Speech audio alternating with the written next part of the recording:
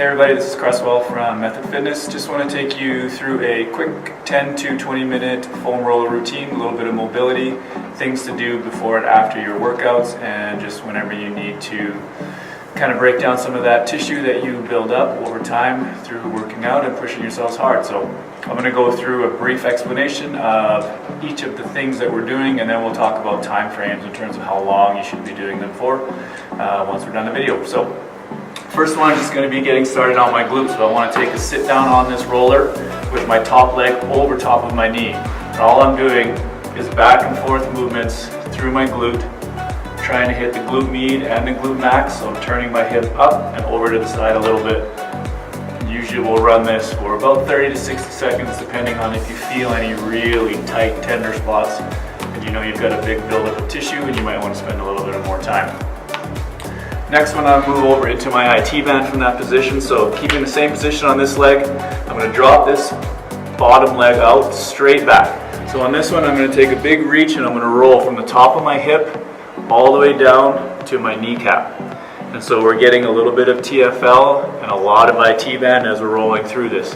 And the same idea on this, if I get a spot that's really tender, I might want to stay on that spot and give it a little bit of more time, and then roll back through a big long roll. So we want this to be mimicking the whole length of that tendon. So keep rolling all the way from hip and through. And again, about 30 to 60 seconds. And then we're just going to turn over. So now I've got both quads on top of this and I'm rolling from my hip all the way down to the top of that kneecap. I want to go with toes turned out, so I'm getting the VMOs, or the insides of my quads, toes flat down and then toes turned in. So I'm trying to roll on the outside of the quads as well. Same type of thing, 30 to 60 seconds, sometimes a little bit more if they're really tender. Okay, and the last one for those legs, we're going to roll out the calves a little bit. For this one, it's fairly easy to do both if they're really tender for you. You want to make sure you're getting all the way from the edge of those Achilles all the way up to the top of the calf. So make sure you can pull yourself through a full range of motion. If that's too easy, you can cross one leg over and add a little bit of more weight down through that. Turn a little bit to the outside and then again turn a little bit to the inside.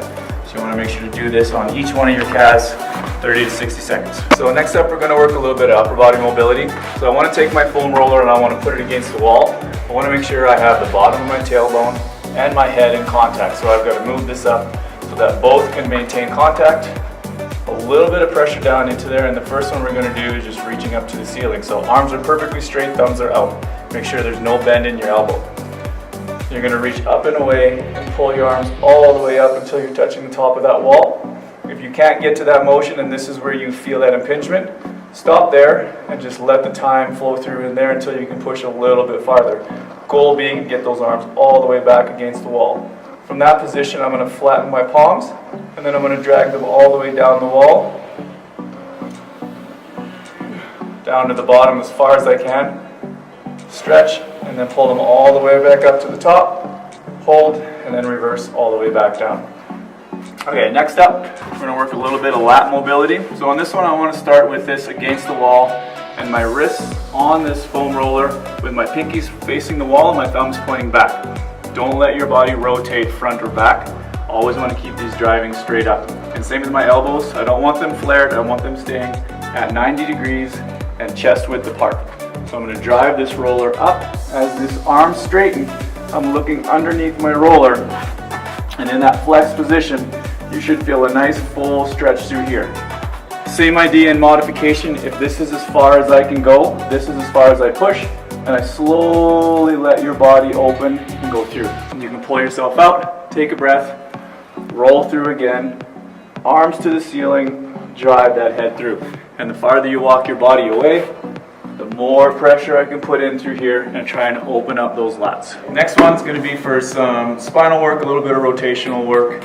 So on this one, I want to have my foot at 90 degrees. So I don't want my knee down or I don't want it all the way up. I want to have it at 90 degrees from the hip coming up.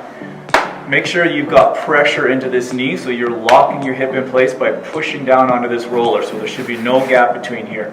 With my arm straight out, pushing pressure, I'm just opening this arm, keeping that tension as far as I can to what's comfortable. Your head can come down without lifting that knee.